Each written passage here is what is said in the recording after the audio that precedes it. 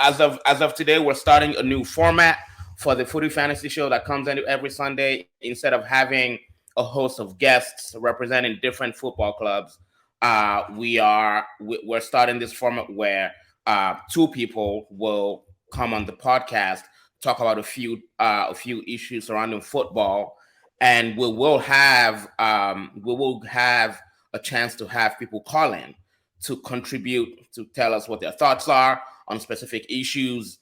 And this is something new we're trying. If it goes well, it will make it permanent. But we just thought it would it make a lot more make for a lot more fun. Yeah. Have people come in, share their thoughts for 3 to 5 minutes, and then we'll move on to the next guest. So if you're watching on from Facebook or from YouTube, there's a link that has been posted in the chat. And when it's time for us to start receiving calling guests, we will have you call in. So, Olaf, of course, you've been following the Benjamin Mendy thing. Yeah. Manchester City, they suspended him just the way Manchester United did with Mason Greenwood. And I think Benjamin Mendy's contract ran out this past June, like a couple weeks ago. Mm-hmm. And of course, he hasn't been offered an extension. Now, the jury came out and acquitted him of all charges. Of course, remember there was a first round of trials where he was found not guilty on most of those counts, and there were two remaining counts where the jury was not in agreement, and a mistrial was declared on those counts. So those two other counts went back to trial, and I think 3-4 days ago, I don't remember how long ago, the jury found him not guilty. So as it stands, Benjamin Mendy has been acquitted of all those charges. We have seen many cases like this, and of course, in this part of the world, they'll say, "Okay, you're innocent until proven guilty." Yeah, but usually we know that that's not always true. In case high-profile cases, the public there's a public court of opinion, and the public court of opinion usually will judge you before the actual judge judges you. Yeah. So at that point, the overriding sentiment was this guy is guilty. Like it's not just one woman. Let's get it clear. This is not just one lady coming to make it was multiple women. So I think like 10 of them. So that's a lot, So at that point, you would think that, well, there's no smoke without fire, Of course. So it's very likely that, okay, they can't all be lying. But then the thing is, this kind of case is usually my word against yours, unless you have actual, even with video evidence, sometimes people get off free. So, it's a court of law. And I think, Oga Kwame, you have legal background and you know how these things work. So even with some evidence, some people still escape conviction. Absolutely. Now, I'm not going to say that, he's either 100% guilty or 100% innocent. I wasn't there. So, but the opinion that has come out, I wasn't surprised about the opinion coming out that people felt this guy has been wronged.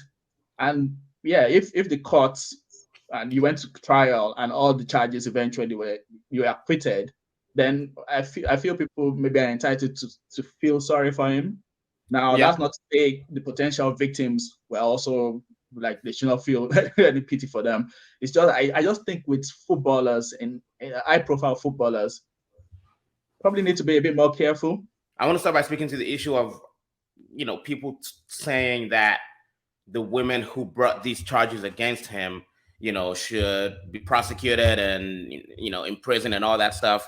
I just want to, and of course, this conversation is one that requires cool heads.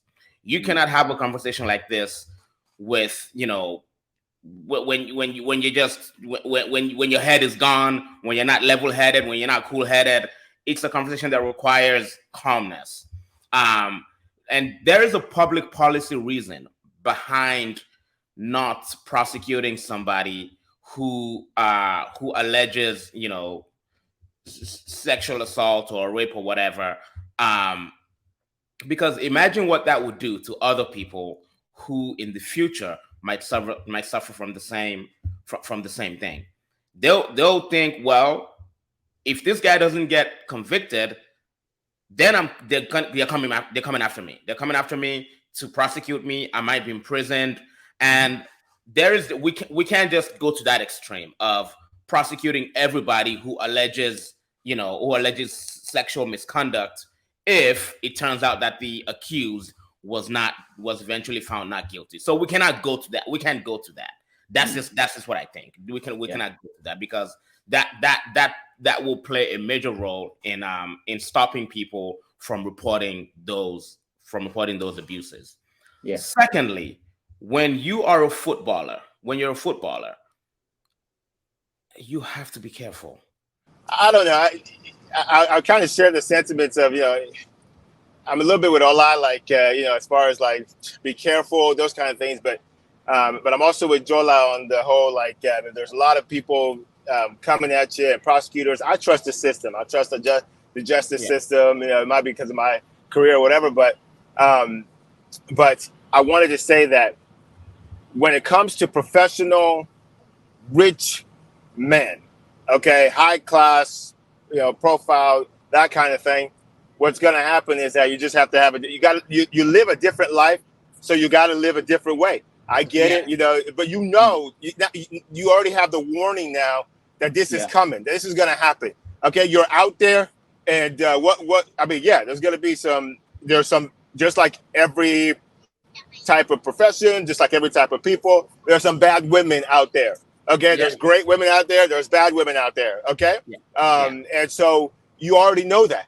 The biggest failure in this thing, now, Mendy has his failures, the girls have their failures here, because this case fell apart over credibility. We don't know, the jury chose to believe one person. And I always said this thing about rape is this, right?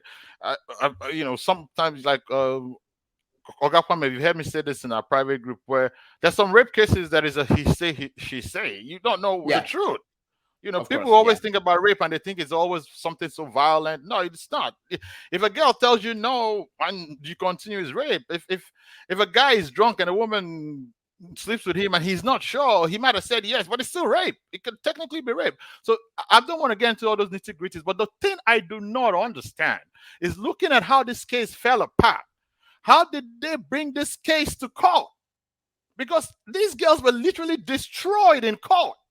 And so you're telling me prosecutors did not go through the evidence and go and find out what the defense could get?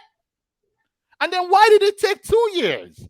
There's this thing, that's a big failure of the British justice system. This idea that I trust the system doesn't, because in America, one of the things that they tell you is that once you charge a guy, you have like 90 days to bring it to trial.